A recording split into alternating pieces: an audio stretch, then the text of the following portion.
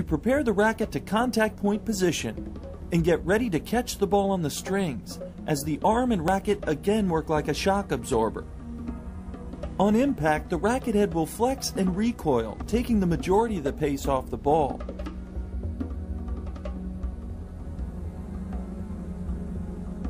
Depending on the situation, you can create angle volleys two different ways. When the ball is well within your reach, by moving your contact point forward and making contact earlier, you can position the racket face at the desired angle to create the shot. Or you can create the angle in the racket face by changing your wrist position. A technique you must learn to be able to angle on the full reaching lunge volleys. When the ball is nearly out of reach, the opposite arm will separate early to help maintain upper body control and balance as you reach beyond your stance. Be confident that you'll regain your balance after making contact on a full lunge, or fear will keep you from going for it. Even if you can't make the shot, you'll still establish in the opponent's mind your ability to create a wider wall of defense and range of coverage. On the low volley, you must get down for the shot by bending your knees. Using a slightly open racket face to create lift over the net, you should block the ball, keeping your wrist position firm to achieve depth. Remember, the opponent has you in a forcing situation. Don't rush through it, or you'll increase your risk of error. The half volley is very similar to the low volley in that you must get low for the shot and use the block technique. Positioning the racket face behind the bounce of the ball, you must anticipate the height of the bounce and the timing for the shot. And remember, sometimes the half volley drop shot is the best alternative you have. When the opponent takes aim and fires, and you realize you are the target, it is your backhand volley that has the most range in covering your body.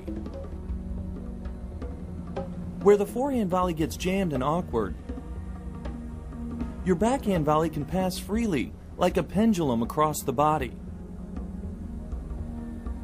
Using the block technique, you maintain firmness in your arm and racket to achieve depth on the volley. On the high backhand volley, when the incoming ball is more of a floater and you need to add some pop to fill the opening in the court, you prepare the butt of the racket so that it points more upward towards contact. The forward action begins by driving the butt of the racket forward and down, sending the racket face up into contact as you maintain the L-shaped position of leverage in your wrist. The swinging volley, as we discussed on the forehand side, is treated like a compact version of your ground stroke without letting the ball bounce. If you use two hands on your backhand ground stroke, then use both hands on the swinging volley as well. Using your normal ground stroke grips, position yourself so you can work with the ball within your preferred contact zone. Whether you're one-handed or two, you should remember to use margin of error and apply some topspin to your shot for added control. Look to close in behind your penetrating shot so you can capitalize on any short ball opportunity and finish the point. What I want to bring out here is how smooth she does and how level the shoulders are. Look at the use of the legs. She turns, opens up as she hits the ball. The two-handed backhand volley should find the bottom hand in the continental grip and the top hand in more of an eastern to semi-western forehand grip. Much like the one-handed backhand volley, you must maintain leverage in the wrist position of the bottom hand. As the bottom hand works to control the racket head, the top hand provides added support through contact, then releases off the racket after contact. When creating some underspin, you will have a minimal follow-through. And under reflex conditions, rely on the simple block volley technique to have you ready for contact. For younger children, the two hands offer more control and support for the volley as they develop their strength. You should realize that it is difficult for the attacking net player to maximize their reach and their range at net using two hands. so you must develop the skill of working with just one hand as well. Eventually, you do want to become a skilled one-handed volleyer to maximize your threat at net. This young lady's capable of doing everything. Tremendous balance. She wants to volley. She's set with the grips. We're letting her volley now with two hands. Later on, we'll go to one hand. We're now letting her just use one hand. She's got the correct grip. We want those fingers spread out just a little tiny bit. That index finger is spread out. Now watch with the two hands on the volley. All right, now put the zip on it. We worked on this now today. Look at that acceleration. The atmosphere is, I want to volley. And that's what we must remember, whether it's an adult, whether it's a child, whether it's a beginner. Get them to look forward to volleying. And if we do that, it's just a matter of time. Anybody that's going to be attacking that net, they're going to get lobs. And you have to give a strong message immediately. You want to lob me? You watch what I do with that. You have to learn how to hit the overheads, but wait a second. Not only are you going to hit the overhead, you're going to hit the overhead and you're going to attack and move right in for that defensive return. If you establish the fact right away, hey, counterpuncher, hey, defensive player, I don't care what you hit. I'm coming right back at you, so be prepared. If you watch the opponent closely as they set up to execute, often you can detect their intent to lob by the way they prepare. As you're closing into net position, your split step must work to quickly reverse your body's forward momentum and start you back for the overhead. Your first reaction out of your split step should be to get lower to the ground for quicker movement. Your first few steps should work to position yourself so your contact point is out in front of your body. Stay light on your feet because you may need to use little adjustment steps as the ball gets closer to you. While you quickly position with your footwork, your upper body prepares by pointing the hitting elbow towards the back fence.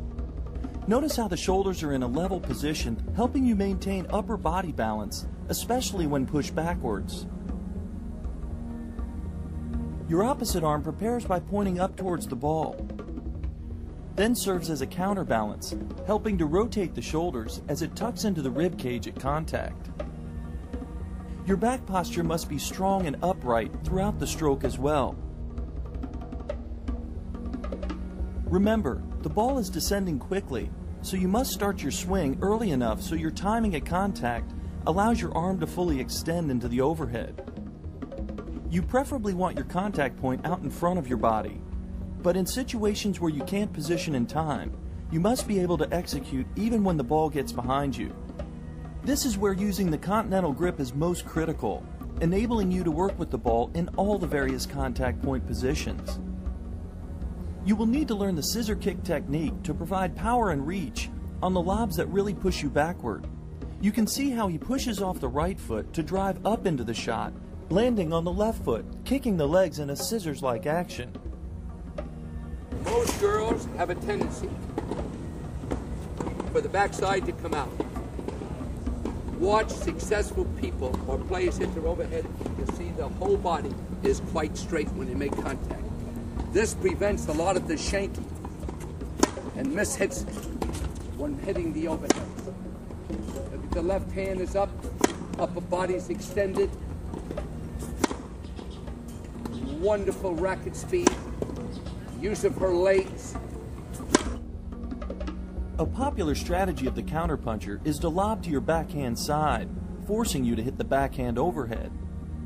Often considered as one of the more challenging shots to master, the backhand overhead is really not that difficult if you use the right technique. As we learned on the high volley, when you want to add power, you prepare so that the butt of the racket points up towards your contact point position. The same applies on the backhand overhead. In your preparation, the elbow stays bent as the butt end points straight up towards your point of contact.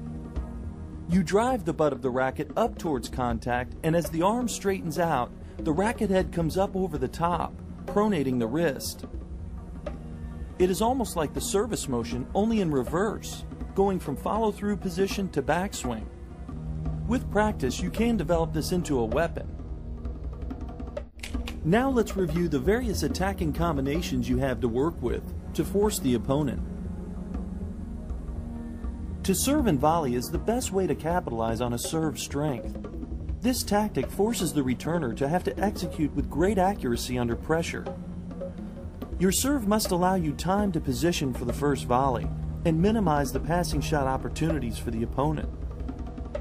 Serving to the tee as your primary target on the serve and volley allows you to limit the returner's options. Remember, the harder you hit the serve, the less time you have to position for the first volley. So learn to complement your power serve with variations of spin and placement. But when you serve wide, be careful, because the passing shot lanes will open up for the returner. Your primary objective on your serve should be focused on getting a high percentage of first serves in play. It is very difficult to maintain your edge when you're living off second serves and double faults. The return and volley combination is most commonly used in second serve situations.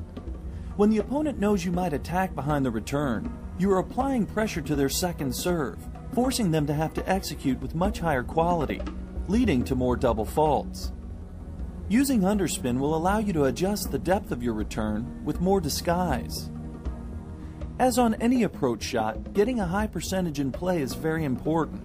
Attacking down the line or straight ahead from the middle of the court is the percentage shot selection for the return and volley to allow you to achieve position and time. When the point progresses into the baseline rally, you have several options for setting up forcing situations.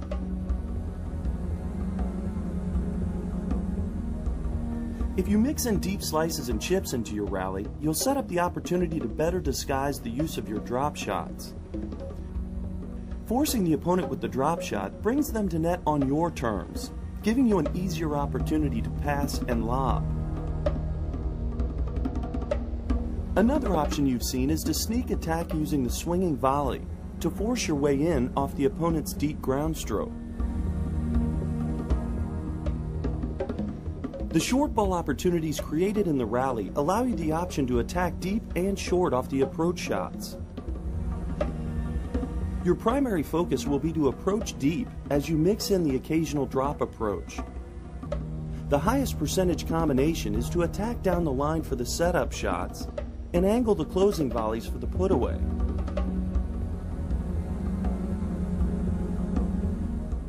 Once you hit that attacking shot, is that powerful 2 or 3 steps, then the split step that will enable you to get well inside the service line and angle out your first volley rather than hitting it north and south. Remember, add a little variation to your approach shot, including the slice. But at times you want to drive, sometimes a little underspin. Once you initiate the attack, you must work to close the point within 3 or 4 shots, or the edge will often shift to the opponent. Never assume the point is over until it is absolutely over. Being tenacious means closing strong and giving the opponent no easy points. And no matter how good your approach shot in your first volleys, you'll get a counter punch that'll make you look like you're beginning, and you'll say to yourself, that's it for me, I'm not going there anymore. Don't do that. They may be on a hot streak, but as long as you force that counter puncher to hit their best shot, you've accomplished your goal. You've just watched an exciting 60-minute video. Watching it is one thing. The attitude that you have, being willing to go out and put it into actual play, is what counts. You have to try it. You're going to get beat up, going to get beat up again. Keep trying. Your attitude will determine whether or not you want to be at the net or stay back at the baseline. Good luck.